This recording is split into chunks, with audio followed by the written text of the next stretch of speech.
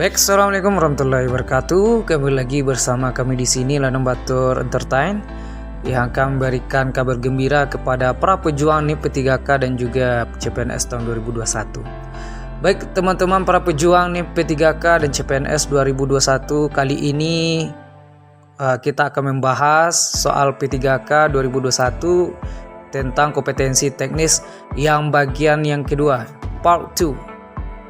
Teman-teman, bagian yang kedua, semoga apa yang kami sampaikan ini bermanfaat untuk para pejuang CPNS dan P3K tahun ini.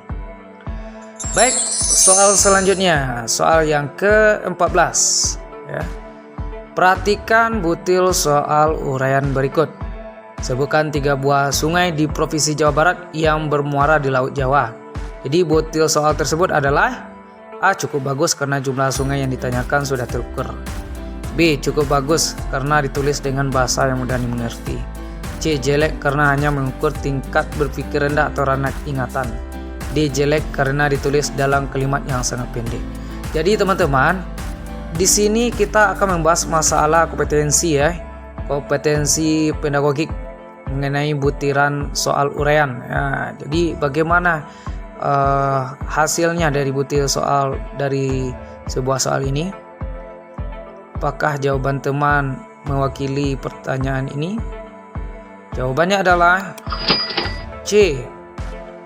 Kenapa? Karena indikator mencerminkan mengukur tingkat berpikir rendah. Jadi kita bahas ya teman-teman, LOTS, jadi Long Order Thinking Skill. Kalau C1-nya itu mengingat teman-teman, sebutkan, tuliskan, gambarlah. Kemudian ada tingkat kemampuan berpikir yang MOTS, itu Medium Order Thinking Skill. Kemudian C2, memahami, jelaskan, bedakan, identifikasi. Inilah bagiannya dari MOTS ya, yang C2. Kalau lot C1. Kemudian yang C3 itu menerapkan, tentukan, hitunglah hasil dari itu yang disebut dengan itu termasuk juga yang MOTS ya. Kemudian yang HOTS, High Order Thinking Skill, itu terdiri atas C4, C5 dan C6 ya. Ini semua teman-teman. Jadi jawaban yang tepat adalah yang C teman-teman ya. Oke, soal nomor 15. Dari banyaknya definisi atau batasan yang dikemukakan oleh para ahli, namun esensi dari pengertian penilaian portofolio itu adalah, jadi apa yang disebut dengan pengertian penilaian portofolio? A. Kumpulan hasil karya siswa. B. Rekaman hasil karya siswa. C. Rangkaian hasil karya siswa. D. Kumpulan nilai siswa. E. Kumpulan siswa. Mana yang tepat teman-teman yang dikemukakan oleh para ahli ya? Jawabannya adalah A. Kenapa? Karena portofolio itu adalah kumpulan hasil teman-teman.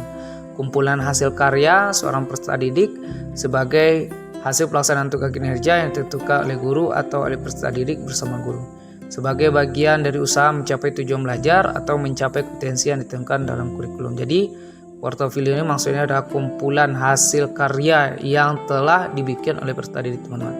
Soal 15. Dari banyaknya definisi atau batasan yang dikemukakan oleh para ahli, namun esensi dari pengertian penilaian portofolio itu adalah, jadi apakah pengertian portofolio dari soal ini teman-teman? A. Kumpulan hasil karya siswa. B. Rekaman hasil karya siswa. C. Rangkaian hasil karya siswa. D. Kumpulan nilai siswa. E. Kumpulan siswa. Mana jawabannya menurut pengertian penilaian portofolio ini teman-teman? Jawabannya adalah A.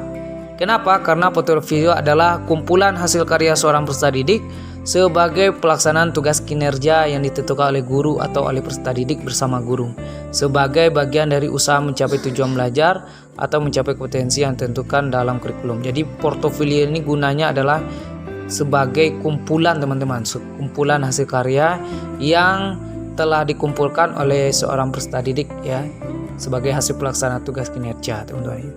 Itulah jawabannya adalah A. Selanjutnya soal 16. Untuk mencegah terjadinya jawaban siswa yang sangat beragam, jenis tes uraian yang paling tepat digunakan adalah A. Tes uraian bebas. B. Tes uraian terbatas. C. Yang sederhana. D. Yang sangat kompleks. Mana jawabannya teman-teman? Supaya jawaban siswa itu yang sangat beragam itu, tes apa yang bisa atau yang cocok kita gunakan untuk mencegah terjadinya jawaban siswa yang sangat beragam teman-teman. Yang mana jekah jawabannya teman-teman? Jawabannya adalah yang B, tes uraian terbatas ya. Kenapa yang B? Kita bahas dulu ya, uraian terbatas atau terstruktur, itu intinya. Jadi soal yang disusun tidak mengembang tapi lebih terarah dan terbatas, sehingga ada batasan jawaban.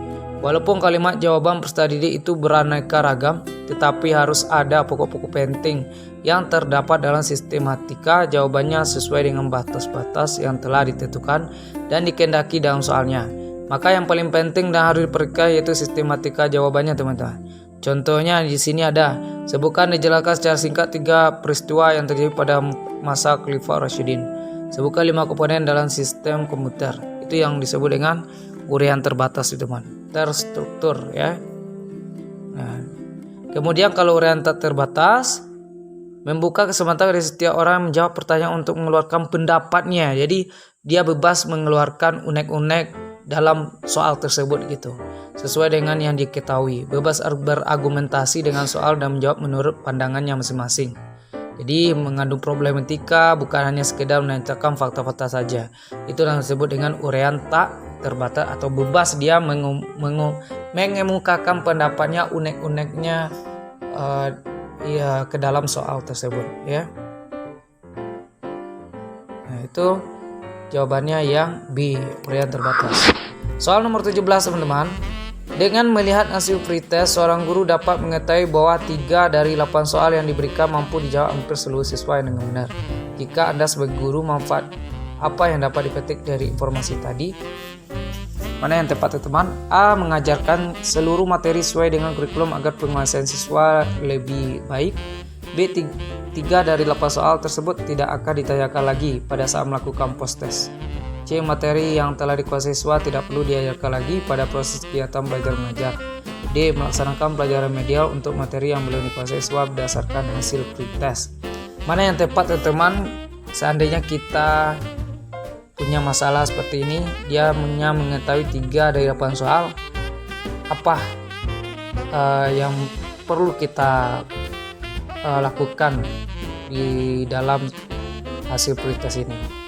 Jawabannya adalah C. Karena waktu untuk mengerjakan materi yang 3 soal tadi dapat digunakan untuk memperdalam materi lain.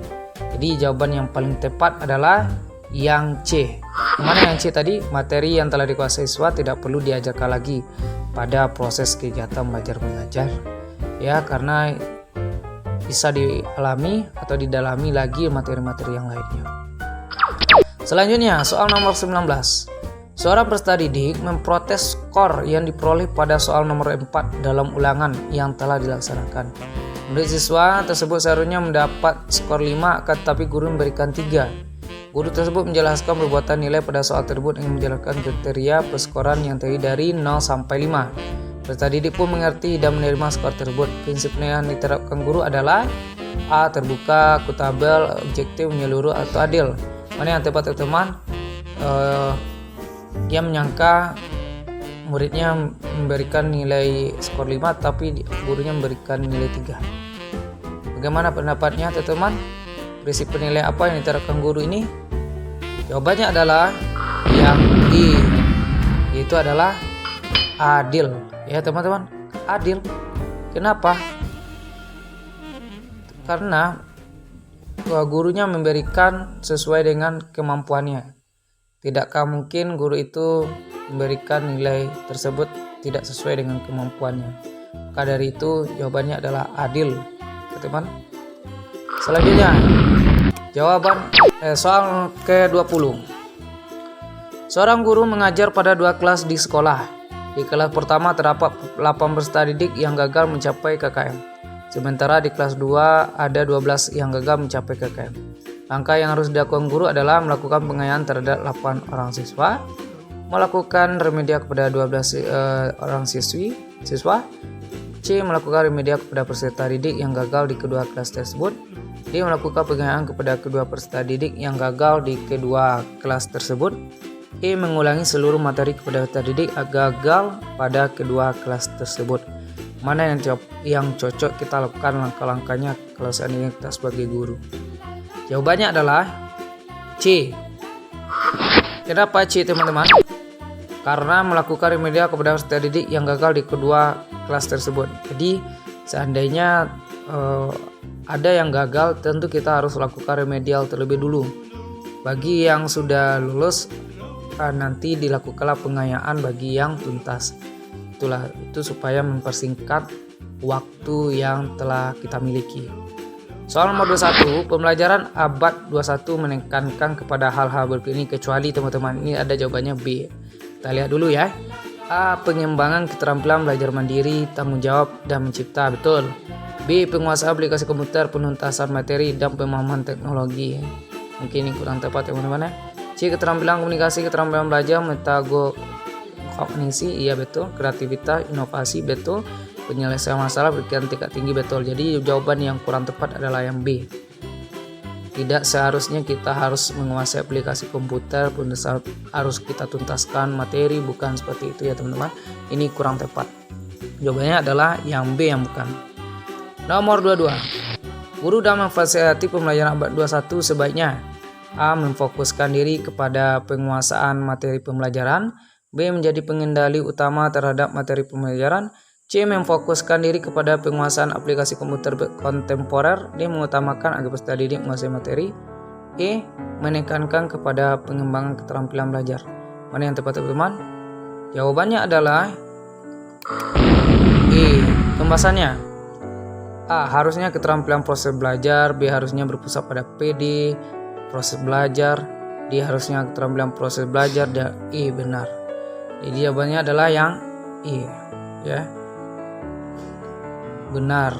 Kenapa I benar? Menekankan kepada pengembangan keterampilan belajar ini. Keterampilan belajar kita harus kuasai terlebih dahulu, ya, supaya anak-anak memahami apa materi yang kita ajarkan.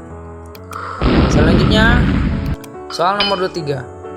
Model pembelajaran abad 21 yang menekankan dihasilkannya produk dan menekankan otonomi belajar sejak mulai merancang, melaksanakan, dan mengevaluasi hasil belajarnya adalah A. Pembelajaran berbasis proyek. B. Pembelajaran kooperatif. C. Bermain peran dan simulasi. Pembelajaran diskusi online. Pembelajaran konstekstual. Yang menekankan di hasilnya produk, teman-teman, atau belajar. Yang tepatnya adalah, teman-teman, jawabannya adalah yang A. Kenapa? Karena menurut Bosch and Krauss, model pembelajaran berbasis proyek (PJBL) sebuah model pembelajaran menekankan aktivitas siswa dan memecahkan berbagai permasalahan yang bersifat open-end dan mengaplikasi pengetahuan mereka dalam mengerjakan sebuah proyek untuk menghasilkan sebuah produk otentik tertentu, ya. Kemudian menurut Thomas juga seperti itu, memiliki beberapa prinsip dalam penerapannya. Jadi pusat dan strategi pembelajaran, ya. Jadi yang tepatnya jawabannya adalah yang berbasis proyek. Jadi karena pembelajaran berbasis proyek ini menekankan dihasilkannya produk dan menekankan otonomi belajar. Teman-teman, soal nomor 24. Jika di silabus ada diksi memecahkan masalah sampah, maka itu dapat ditemukan pada komponen silabus. A. Materi. B. Kegiatan pembelajaran. C. Kompetensi dasar. D. Indikator. E. Tujuan pembelajaran. Di silabus sebenarnya memecahkan masalah sampah. Jawabannya adalah C. Ini dia komponen silabus nomor 22, teman, tahun 2019. Ini dia. Jadi ini rangkuman dari identitas materi pelajaran, komponennya sampai sumber belajar.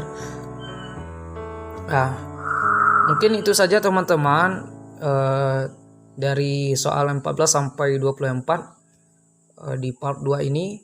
Mudah-mudahan apa yang kita bahas pada hari ini bermanfaat bagi teman-teman yang akan berjuang di CPNS dan P3K tahun 2021 kali ini. Semoga bermanfaat, teman-teman. Bagi yang butuh atau bermanfaat, silakan dibagikan ke teman lainnya atau dosennya, ya. Mudah-mudahan kita lolos jadi CPNS dan P3K tahun 2021. Mungkin itu saja, teman-teman. Wabillahi taufiq wal hidayah. Assalamualaikum warahmatullahi wabarakatuh. Jangan lupa like, subscribe, dan share ke teman yang lain ya, agar channel Ladang Batur Entertain berkembang dan bermanfaat untuk kita bersama. Terima kasih.